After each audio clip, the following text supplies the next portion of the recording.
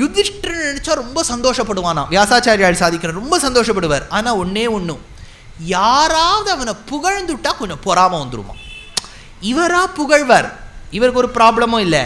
ஆனால் வேற யாராவது புகழ்ந்துட்டா கொஞ்சம் கொஞ்சமாக பொறாம வர ஆரம்பிச்சுதான். அப்போ வியாசாச்சாரியால் ஒன்று சொன்னார், என்ன அழகாக சொன்னார். அவ அம்மா செய்த தவறால் திருதராஷ்டிரன் வெளிக்குருடன் ஆகிவிட்டான், பிள்ளை மீது வைத்த ஆசையால் உள்குருடன் ஆகிவிட்டான். அவ அம்மா அம்பிகா பண்ண தப்பினால் பிள்ளையான திருதராஷ்டிரன் கண்ணு இல்லாமல் போயிடுத்து. பிள்ளையான துரியோதனன் மேல அதீதமான அன்பு வச்சதால உள்கண்ணு அடங்கி போயிடுத்துன்னார். பாரே சிந்து பிரதிதமமிதம் பிரத்யகம் வர்தமானம் சோடும் பார்த்தான்யபுயமபட்டோ ஸ்வாத்மஜஸ்யானுரோதாத் பிரீதோ ராஜாப்யனுஜதனய பிரேம மார்கே பிரயாத்தும் மாதுர்தோஷாதிவ பகிரகா அந்தரப்யந்த பாவம் சொல்லியாச்சு. இப்போது திருதராஷ்டிரன் ஒரு நாள் கணிகன் அப்படின்னு ஒருத்தனை கூட்டான். இந்த கணிகன் யாருன்னா அட்வைசர். பட் அவன் ராங் அட்வைசர். பொலிட்டிக்கல் அட்வைசர்லேயே தப்பாக அட்வைஸ் பண்ணுறதுல சக்கரவர்த்தி அவன். கணிகன் சொன்னான், திருதராஷ்டிரா, உன்னை நீ பேசும்போதெல்லாம் நேக்கு உன் பிள்ளை துரியோதனன் மேலே நீ எவ்வளவு அன்பு வச்சிருக்கே, வாத்சல்யம் வச்சிருக்கே, எனக்கு கண்குளிராக தெரியறது. ஆனால் you are not taking the right steps in the right direction to achieve it. Dhritarashtra கேட்டான், நான் என்ன பண்ணணும் சொல்லுன்னா. அப்போ இவன் ஒரு கதை சொல்கிறான். இது மகாபாரதத்தில் அடங்கிய கதை, ரொம்ப முக்கியமான கதை. அப்போ 5 மிருகங்களை பற்றி ஒரு கதை. வாட் ஆர் தீஸ் 5 மிருகாஸ் அப்படின்னு கேட்டேன்னா, ஓநாய், ஓநாய்னா என்ன, உல்ஃப் எடுத்தா. அப்புறம் குள்ள நரி, இது ஃபாக்ஸ். அடுத்தது கீரிப்பிள்ளை, என்னது மங்கூஸ். எல்லாம் நான் அப்பப்போ டிரான்ஸ்லேட் பண்ணிகிட்டு இருக்கேன், ஏன்னா இந்த 5 மிருகங்களை பற்றி சொல்லணும்னா இது என்ன முதல்ல தெரிஞ்சுக்கணும் இல்லையா. அப்புறம் எலி, அது நமக்கு நான் டிரான்ஸ்லேட்டே பண்ண வேண்டாம், அதை வீடு வீடாக இருக்கேன், அதனால் அது ஒன்று 4.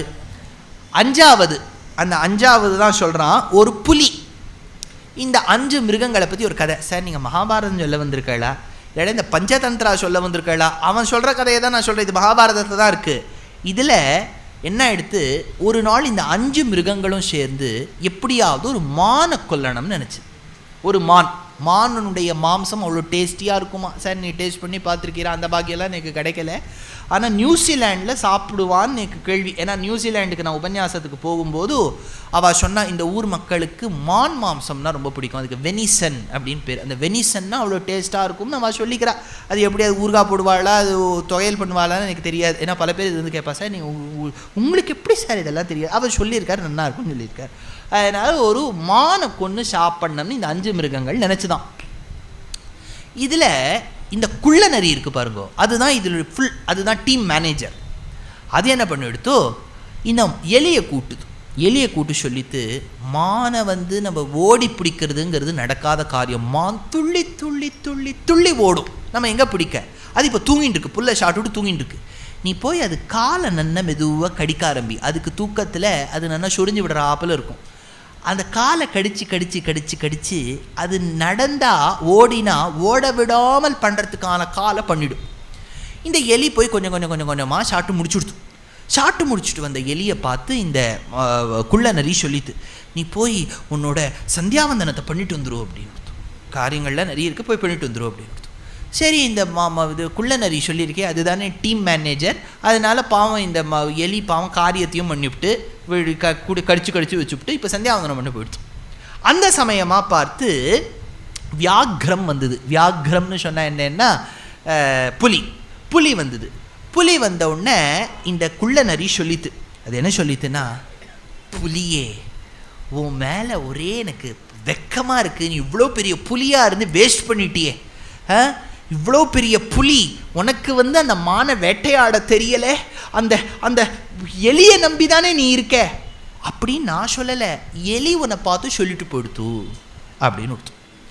அப்போ அந்த புலி சொல்லிட்டு, எப்போ அந்த எலி என்னுடைய வீரியத்தை தூஷணம் பண்ணிடுத்தோ அந்த மானின் மாம்சம் எனக்கு வேண்டாம் அப்படின்னு சொல்லிட்டு புலி போயிடுத்து. இப்போ அடுத்தது எலி வந்தது. இப்போ எலி தான் சந்தியாவந்தனம் பண்ணிட்டு வருதே, அப்போ அந்த குள்ளநரி சொல்லித்து என்ன சொல்லித்துன்னா, இப்போ தான் கீரிப்பிள்ளை வந்தது எலியே, அது சொல்லித்து, நான் என் வாயை இந்த மானில் வச்சுட்டு போயிட்டேன், பாம்பு கடித்த வாயான என் வாயை இந்த மான் மாம்சத்தில் வச்சதுனால இந்த மான் மாம்சம் எல்லாம் விஷமாயிடுத்து, இதை வேணா நீ அந்த எலிக்கு கொடுன்னு சொல்லிடுத்து. உடனே இந்த எலி பார்த்தது, எலி என்னை பார்த்து சொல்லித்து, ஐயோ அது ஒரே விஷம் கலந்துருக்கும் போல இருக்குது, நான் கிளம்பி விடுறேன்னு அது கிளம்பி போயிடுது. அடுத்தது ஓநாய் வந்தது. ஓநாயை பார்த்து இந்த குள்ளநரி சொல்லித்து, அந்த புலி இருந்தது பாரு, அந்த புலி தம் பெண் புலியோட உன்னை ஒரு கை பார்த்துக்கிறேன்னு சொல்லித்து, புலி வரேன்னு சொல்லிவிடுத்தா, எனக்கு வேண்டாம் இந்த மாம்சம் அப்படின்னு சொல்லிட்டு ஓநாய் ஓடி போயிடுது. இப்போ அடுத்தது கீரிப்பிள்ளை வந்தது. கீரிப்பிள்ளையை பார்த்து இந்த குள்ளநரி சொல்லித்து, கீரிப்பிள்ளை, நான் என்கிட்ட இருக்கிற பலத்தால புலியை ஜெயிச்சுட்டேன், எலியை ஜெயிச்சுட்டேன், ஓநாயை ஜெயிச்சுட்டேன், அடுத்தது நீ தான் இருக்க, ஐயோ அவளெல்லாம் ஜெயிச்சுட்டேன், என்ன உன்னை ஜெயிக்கிறதுக்கு எத்தனை நாழி ஆக போகுதுன்னு அந்த கீரிப்பிள்ளை ஓடி போயிடுது. அப்புறம் என்ன பண்ணிது குள்ளநரி, அது மட்டும் உட்காந்துன்னு இந்த மாம்சத்தை சாட்டுது. இதுதான் கதை சொல்லியிருக்கிற இந்த கணிகன். திருத்தராஷ்டிரன் கேட்டுட்டு என்னன்னு கேட்குறான், எதுக்கு இந்த கதையை சொன்னேன்? அப்பா திருத்தராஷ்டிரா, பலம் பொருந்தினவர்களை எப்போவுமே வாய் வார்த்தையால் ஜெயிச்சுடும், பயத்தோடு கூடியவர்களை இன்னும் பயம் கொடுத்து ஜெயிச்சுடும், கொஞ்சம் மந்தமத்தியோடு கூடியவர்களை ரொம்ப ஞானத்தால் ஜெயிச்சுடும். எப்போவுமே ஒருத்தருக்கு கணக்கு வரலன்னு சொல்லிட்டாருன்னு வச்சுக்கோங்க, அவர்கிட்ட நீங்கள் சொல்லலாம், ஒன்றுமே இல்லை, நான் 4 பொருள் வாங்கினேன், ஒன்று 17,500 ரூபா ஆச்சு, இன்னொன்று 243 ரூபா ஆச்சு, இன்னொன்று 543 ரூபா ஆச்சு, கணக்கு போட்டுக்கோங்க. அவருக்கு தான் வராதே, அது நீங்களே எவ்வளோன்னு சொல்லுங்கோ அப்படிம்பார். அது கேட்டுவிட்டு கொடுத்துட்டு போயிட வேண்டியது தான். கொஞ்சம் மந்தமத்தியாக இருக்கிறவாளை புத்தியை கொண்டு ஜெயிக்கணுமா, இப்படிலாம் சொல்லி கொடுக்குறான். உடனே திருத்தராஷ்டிரனுக்கு ஒரு மாதிரி புரிஞ்சு போய்டுறது. அவன் ஏதோ படித்தவன், நான் ஓகே கணிக்கா நீ ரொம்ப நல்லவன், increase the incentives for him அப்படின்னு சொல்லி முடிச்சுட்டான். இப்போ என்ன எடுத்து மேலே ஒரு விஷயம் சொல்கிறான் இந்த கணிக்கன். புத்திர சகாவா பிராதாவா பிதாவா எதிவா குரு, அப்பாவா இருந்தா என்ன, பிள்ளையா இருந்தா என்ன, அம்மாவா இருந்தா என்ன, குருவா இருந்தா என்ன, ரிபுஸ்தானேஷு வர்த்தந்தோ, அவளே உன் எதிரி ஆயிட்டா, ஹந்தவ்யா பூதி மிச்சதா, அவளை கொன்னாவது நீ ஜெயிக்கணும் திருத்தராஷ்டிரா. இஃப் யுவர் சன், இது பாவம் யார் படித்தாலும் இல்லையா, நம்ம ஷாஜஹானும் ஜஹாங்கீரும் நல்லா படிச்சுட்டா. முதல்ல அப்பாவை கொண்டு சிறைச்சாலையில் வைக்கிறது அவள் பரம்பரையில் ஒரு வழக்கம். அதனால இவன் சொல்கிறான், ஷபதேனாப்யரிம் ஹந்தார்த்தம் தானேனே வா புனஹ விஷேன மாயையாவாப்பி நோபேக்ஷந்தே கதஞ்சன, விஷம் கொடுத்தாவது அவளை ஜெயிக்கணும்னு சொல்லி கொடுக்குறான் கணிக்கன். இந்த கணிக்கன் சொல்லி கொடுக்கறத வச்சு தான் அவன் பின்னாடி ஒரு காரியம் பண்ண போகிறான் இந்த திருத்தராஷ்டிரன் என்னங்கிறத பார்ப்போம். ஆனால் இதுக்கு நடுவில் கணிக்கன் ஒரு வார்த்தை திருத்தராஷ்டிரனுக்கு சொல்கிறான். பிரஹரிஷ்யன் பிரியம் ப்ரூயான் பிரஹரன்னபி பாரத பிரஹிருத்ய ச கிருபாயைதே ஷோச்சேத ச ருதேத ச. என்ன அழகா சொல்றார் அப்பா, ஒருத்தர நீ தண்டிக்கணும்னு தீர்மானம் பண்ணிட்டு திருத்தராஷ்டிரா. ஆனால் எப்படி தண்டிக்கணும் தெரியுமோ, நல்ல வார்த்தையால் சொல்லி அவளை கூப்பிட்டு அடிச்சுண்டே நல்ல வார்த்தை பேசிண்டே, அடிச்சுண்டே நல்ல வார்த்தை பேசிண்டே, அவளை அடிக்கும்போது அழுதுண்டே நல்ல வார்த்தை பேசிண்டே, அவள் போனவுன்னு போயிட்டாளே நினச்சி அழுதுண்டே பேசிண்டே ஜெயிக்கணுங்கிறான். புரியுறதா? பிரஹரிஷன் பிரியம் ப்ரூயான், ஒருத்தரை தண்டிக்கணும்னு ஏற்பாடு பண்ணியாச்சு. வாடா இங்க வாடா, அப்படி சொல்லப்படாதான். வாங்க குனி, நன்னா குனி, இப்போ 2 அடி கொடுக்க போகிறேன், நன்னா குனிஞ்சுக்கோ. வலிக்கிறதா? ஐயோ பாவம் உனக்கு வலிக்கிறதேடா கண்ணா, வலிக்கிறதா? கேட்டுட்டு அப்படியே அந்த குழந்தை அழும். நீ அழுதியான்னு எனக்கு கண்ணில் ஜலம் வருது, இன்னொரு அடி கொடுக்குறேன். ஐயோ அழாதரா கண்ணா நீ அப்படி சொல்லி அடிச்சுட்டு, அந்த அடித்த யார் அடி வாங்கிட்டு இருக்காளோ அவள் போனோன்னு, ஐயோ பாவம் போயிட்டாளே, வலியிலேயே துடிச்சு போயிட்டாளே, யாரோ இன்னொருத்தர் அடித்தா மாதிரி அழணும்னு சொல்லி கொடுக்குறான். இந்த ஐடியாவை வச்சுக்கிறான், கணிகன் சொல்லி கொடுத்த ஐடியாவை வச்சுக்கிறான். உடனே பிள்ளையை கூப்பிட்றான். யார்? திருத்தராஷ்டிரன். இப்போ தான் லாக்ஷாகிரகத்தில் இவாளை தள்ளலாமேன்னு ஏற்பாடு பண்ணுறான். லாக்ஷாகிரகம்னு தெரியறதா? அது வேக்ஸ் பேலஸ். இப்போ துரியோதனன் இப்போ எப்படி இவாளெல்லாம், இப்போ ஆற்றுல ஒருத்தர் சௌக்கியமாக இருக்கா, அவள் ஆற்றுல இருக்கா, அவளை ஒரு 10-100 கிலோமீட்டர் தள்ளி ஒரு ரெசார்ட்டில் போய் நீங்கள் தங்கியே தங்கணும்னு எப்படி சொல்கிறது? உடனே என்ன பண்ணுறான் துரியோதனன், அண்ணா அண்ணா யுதிஷ்டிரா உங்ககிட்ட நான் எவ்வளவு நாளாக விழுந்து சேவிச்சு ஆசீர்வாதம் வாங்கணும்னு நினச்சேன் தெரியுமா? நீங்கள் ரொம்ப மூத்தவர், உங்களை நான் விழுந்து சேவிக்கணும். நன்னா இருடா. அண்ணா, உங்களுக்கு நான் ஒன்றுமே பண்ணதில்லை, பெரிய மாளிகை கட்டி வச்சிருக்கேன், பிரமாதமான மாளிகை. என்னங்கிற எல்லா பக்கமும் திரும்பினா விண்டோஸ், வென்டிலேஷன் பிரமாதமாக இருக்கும். நீங்களும் நம்ம கூட இருக்க எல்லாம் பீமன் அண்ணா. பீமன் திரும்பி பார்க்குறான், நம்மளை அண்ணான்னு கூட்டி இவனுக்கு பழக்கமே இல்லையே, எப்போ இப்படிலாம் கூப்பிட ஆரம்பித்தா நம்ம 2 பேரும் சம வயசாச்சேடா. இல்லைண்ணா, ஏதோ அது முன்னாடி நடந்ததெல்லாம் மறந்துருங்கோ, let us be friends no. Arjuna, Nakula, Sahadeva, குட்டி, நீங்கள்லாம் போய் தங்கிட்டு வாங்கோடா, அம்மாவோட போய் தங்கிட்டு வாங்கோ. வா முதல்ல, ஏன்னா நீங்கள் நன்னா தானே இருக்கு, இவன் பேசுகிறத பார்த்தாலே ஏதோ நன்னாவே இல்லையே, நம்ம இங்கே தங்கலாமே.